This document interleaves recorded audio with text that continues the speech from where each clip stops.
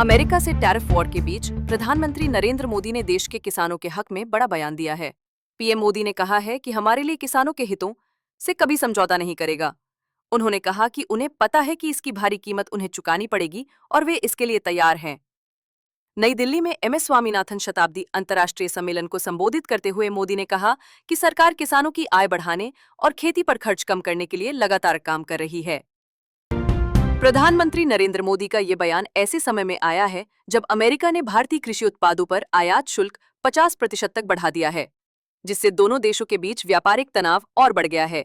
PM के बयान से ये स्पष्ट है कि अंतर्राष्ट्रीय दबाव के बावजूद सरकार किसानों के हितों की रक्षा के लिए किसी भी हद तक जा सकती है। उत्तराखंड के धराली में तबाही के बाद अब जिंदगी की तलाश जारी है। रेस्क्यू ऑपरेशन में 7 टीमें युद्ध स्तर पर जुटी हैं। सेना के 225 से ज्यादा जवान मौके पर हर मोर्चे पर डटे हैं। हादसे में अब तक 5 लोगों की मौत हुई है, जबकि 11 जवान समेत 70 लोग लापता हैं। अभी तक 190 लोगों का रेस्क्यू कर लिया गया है। रास्ते बंद हो जाने से हेलीकॉप्टर से रेस्क्यू ही एकमात्र सहारा था।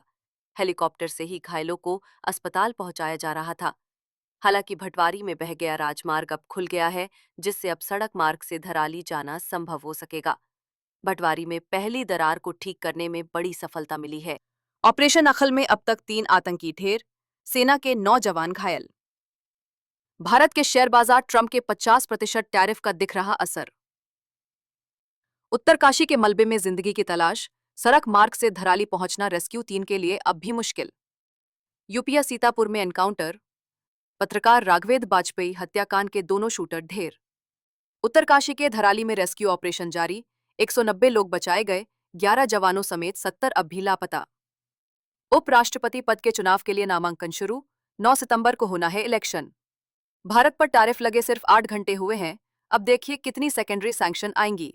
ट्रंप का बयान। ट्रंप से बातचीत मेरे लिए अपमानजनक होगी, अमेरिका के टैरिफ पर बोले ब्राजील के राष्ट्रपति।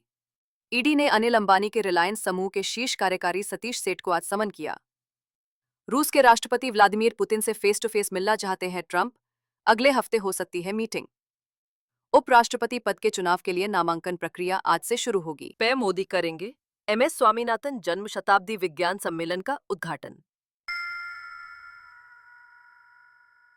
एसआईआर मुद्दे पर रणनीति बनाने के लिए आज इंडिया ब्लॉक के नेता रात्रि भोज पर बैठक करेंगे।